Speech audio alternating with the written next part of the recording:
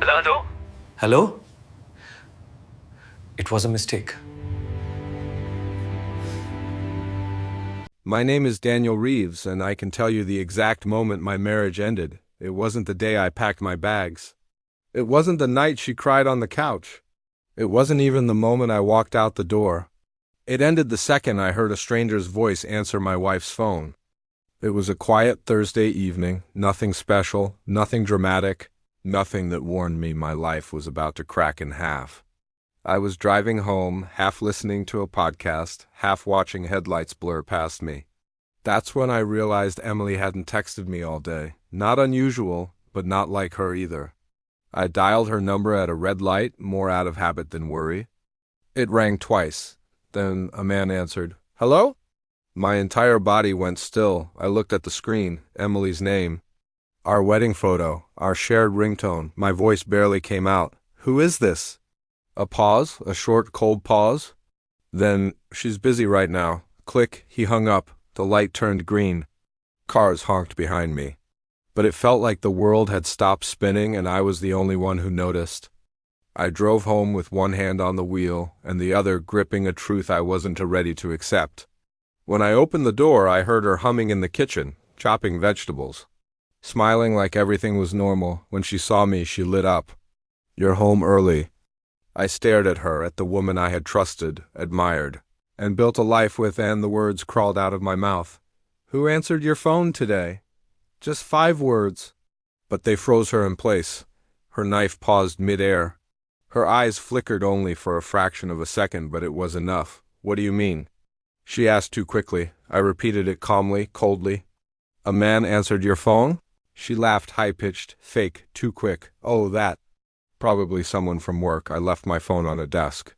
Someone must have picked up. She turned away before finishing her sentence. And that was the moment, not the phone call, not the voice, not the lie, but the way she couldn't even look at me. I nodded, pretended to believe her. Pretended everything was fine, but my hands shook under the water while I washed up. And that night, when she fell asleep, her phone screen lit up every few seconds with messages she turned away from me. The home I thought was safe suddenly felt like a stranger's house. The next morning, she left without kissing me. Sighed, "See you tonight," in a distracted voice. But I wouldn't see her that night, or the night after that, because the version of her I loved was already gone. That night, Emily didn't come home. Not at 8, not at 10, not at midnight. By 2 a.m., my heart felt like a dead weight in my chest. I called. No answer. I texted, "Where are you?" No reply. Her silence felt louder than any confession.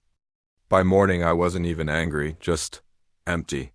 At 9 she finally texted, "Sorry, stayed at a friend's, phone died." A lie short enough to fit into a single line, but long enough to destroy a marriage. I didn't respond.